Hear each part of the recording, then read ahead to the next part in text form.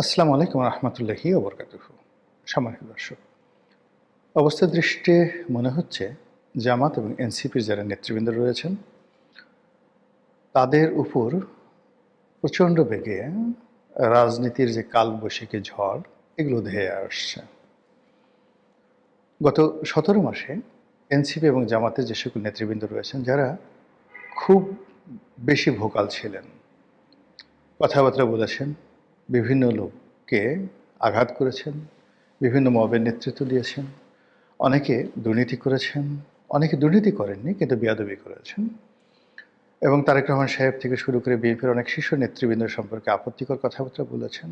সম্ভবত বিএনপির যারা তৃণমূল পর্যায়ের নেতা কর্মী রয়েছেন তারা তাদের যে বিক্ষুব্ধ মনোভাব এটি খুব দ্রুত তারা সেটা প্রকাশ করবেন, যা কিনা জামাত এবং এনসিপিকে বা ১১ দলীয় জোটের যারা নেতৃবৃন্দ রয়েছেন তাদেরকে বিপদের মধ্যে ফেলে দেবে। এখনও পর্যন্ত নতুন সরকার ক্ষমতা গ্রহণ করেনি, নতুন প্রধানমন্ত্রীর দায়িত্ব নেননি এখনও ডক্টর মোহাম্মদ ইউনূস, তিনি ক্ষমতায় রয়েছেন এবং ডক্টর মোহাম্মদ ইউনূসের উপর এখন পূর্ণ নিয়ন্ত্রণ রয়েছে জামাতের।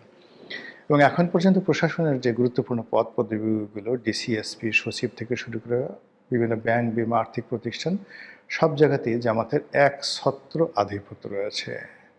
বিএনপি ক্ষমতা আসার পর প্রথম ৭ দিনের মধ্যে তাদের যে প্রাথমিক কাজ হবে এবং সবচেয়ে গুরুত্বপূর্ণ কাজ হবে এই জায়গাগুলোকে জামাতমুক্ত করার, এবং এই ব্যাপারে বিএনপির যারা লোকজন রয়েছেন এক চুল ছাড় দিবেন বলে আমার কাছে মনে হচ্ছে না।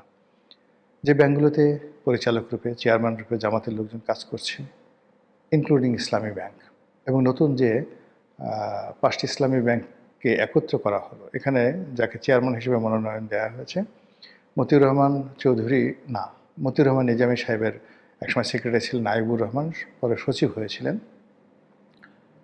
উনি যখন কৃষিমন্ত্রী ছিলেন তখন ওনার প্রাইভেট সেক্রেটারি ছিলেন পিএস, পরে তিনি সচিব হয়েছিলেন। অত্যন্ত মেধাবী, সৎ এবং আমাদের ওই দক্ষিণাঞ্চলের মানুষ। আমার সঙ্গে তার একবার দুবার কথাবার্তা হয়েছে। ভালো লেখক, গবেষক, সব ঠিক আছে, জামাতের স্ট্যান্ডার্ডের হাইয়েস্ট একজন মানুষ। কিন্তু এই ভদ্রলোককে আমার কাছে মনে হচ্ছে না যে তাকে এই ৫টি যে নতুন ব্যাংকে একত্র করে সম্মিলিত ইসলামী ব্যাংক নাম দেওয়া হয়েছে সেই ব্যাংকের যে পরিচালনা পরিষদের যে চেয়ারম্যান সেই পদে তাকে রাখা হবে। এমনকি এই মুহূর্তে জামাতের যে একছত্র আধিপত্য রয়েছে ইসলামী ব্যাংকে, সম্ভবত সেটা থাকবে না। এবং এখানে এস আলম সরাসরি না এলেও এস আলমের আশীর্বাদ পুষ্ট লোকজন আবার বোর্ড অফ ডিরেক্টরসে ঢুকে যাবে এবং তাদের মধ্যে থেকে চেয়ারম্যান নির্বাচিত হবে, এটা নিশ্চিত বলা যাচ্ছে। এবং এই আর্থিক প্রতিষ্ঠানটি, যেটা কিনা বাংলাদেশের গর্ব, এবং ইসলামী ব্যাংকের যত কর্মকাণ্ড, যত লেনদেন, যা কিছু আছে এগুলো জামাত রিলেটেড, জামাতের আইডিওলজির সঙ্গে যায় এবং জামাতের সঙ্গে থাকার কারণেই এই ব্যাংকটি ভালো করেছে এবং এই ব্যাংকটি এখনও পর্যন্ত টিকে রয়েছে এবং অন্য কোনো ব্যাংকগুলোর মতো সেটি দেউলিয়া হয়নি। তো সেখানেও রাজনীতির যে থাবা, আওয়ামী লীগ জমানার মতো, সেটা পড়ার আশঙ্কা দেখা দিয়েছে নানা কারণে। আপনারা জানেন যে গত ১৭ মাসে বেশ কয়েকবার অ্যাটেম্প নেওয়া হয়েছে ইসলামী ব্যাংকের দখল নেওয়ার জন্য এবং এটা নিয়ে গোলাগুলি হয়েছে। তো যখন ক্ষমতা ছিলেন তখন যদি এই অবস্থা হয়, এখন ক্ষমতা লাভ করার পরে এটা হবে না, এটা বলা যাচ্ছে না। দ্বিতীয়ত হলো যে টাকা এত শক্তিশালী, টাকা যাদের কাছে আছে তারা নিজেদেরকে সবচেয়ে বেশি সেলিব্রিটি মনে করে। এখন এস আলম, তিনি বাংলাদেশে যত টাকাই লুটপাট করেন না কেন, তিনি সিঙ্গাপুরে এখন রাজার হালে আছেন। কাউকে ২-৪ কোটি টাকা নয়, ২-৪০০ কোটি টাকা দেওয়া, ২-৪ হাজার কোটি টাকা দেওয়া তার জন্য কোনো সমস্যা নয়। ফলে তার ব্যবসা ফিরে পেতে, তার অধিকার রক্ষা করতে তিনি ওই আওয়ামী লীগের পরিবর্তে বিএনপি লোকের সঙ্গেই দহরম মহরম করার সম্পর্ক চেষ্টা করবেন। এবং তার বাড়ি যেহেতু চট্টগ্রামে এবং বিএনপি সরকারের সবচেয়ে গুরুত্বপূর্ণ লোকগুলো থাকবেন চট্টগ্রাম অঞ্চলের, এবং তারেক রহমান সাহেবের আশেপাশে যত ঘনিষ্ঠ লোক আছেন সবার সঙ্গেই এস আলম সাহেবের মামা ভাগিনার সম্পর্ক, চাচা ভাতিজার সম্পর্ক, শালা দুলাভাইয়ের সম্পর্ক এবং বন্ধুর মতো সম্পর্ক, হরিহরাত্মা। কাজে এস আলমকে যারা এই গত ১৭ মাসে ঠকিয়েছে, তার অপরাধগুলোর ব্যাপারে আমি কোনো কথা বলি না, তাকে যারা বঞ্চিত করেছে তারা এই বিএনপির ক্ষমতার এই সময়টিতে কোনো অবস্থাতে স্বস্তিতে থাকবেন না। ইসলামী ব্যাংক এমনকি তিনি যে 21 টেলিভিশন কিনে নিয়েছিলেন।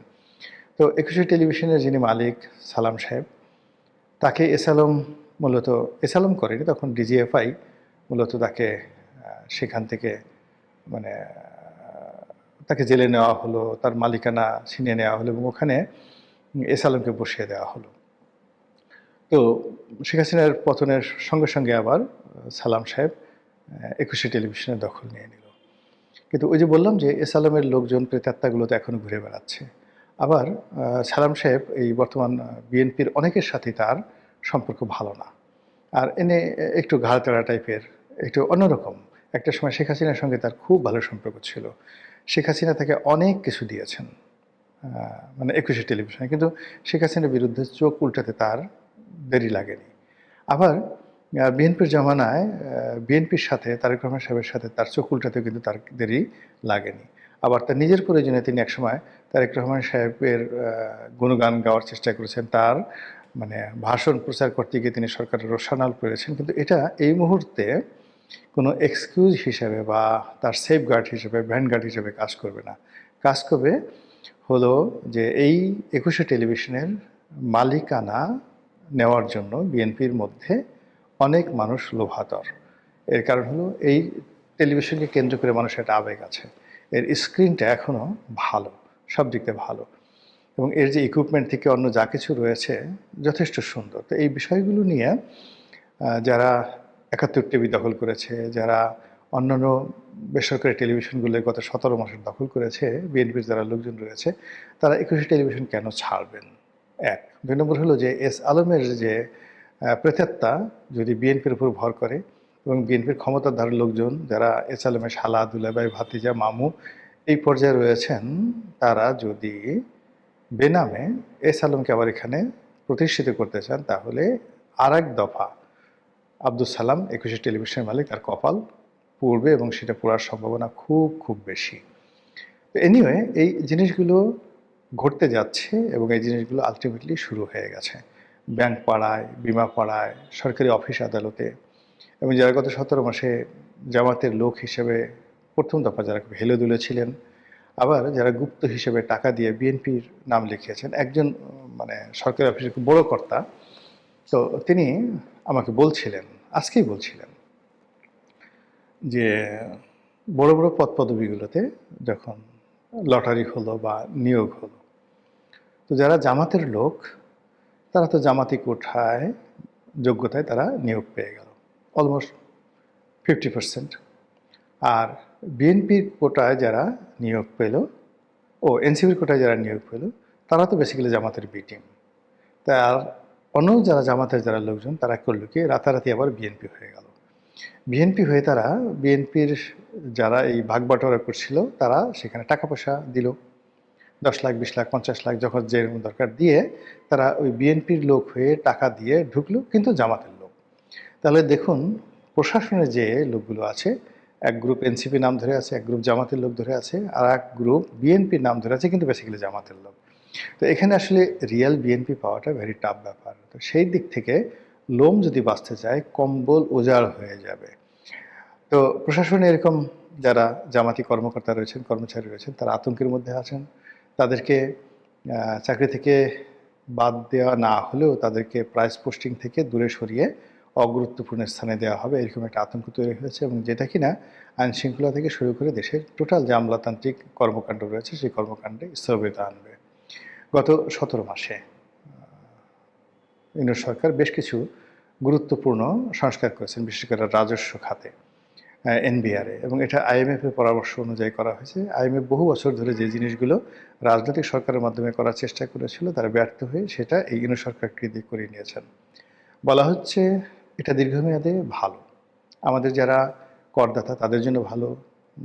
এর কারণ হলো একই ব্যক্তি যিনি বিচারক আবার তিনি পুলিশ, এটা ভালো নয়। পুলিশের ম্যাজিস্ট্রেসি পাওয়ার এবং গুলি করার যে ক্ষমতা, দুটো যদি এক হাতে থাকে, তাহলে এখানে যে ভয়ঙ্কর অবস্থা তৈরি হয়, এখন আমাদের রাজস্ব ব্যবস্থায় ঠিক একই অবস্থা হয়েছে।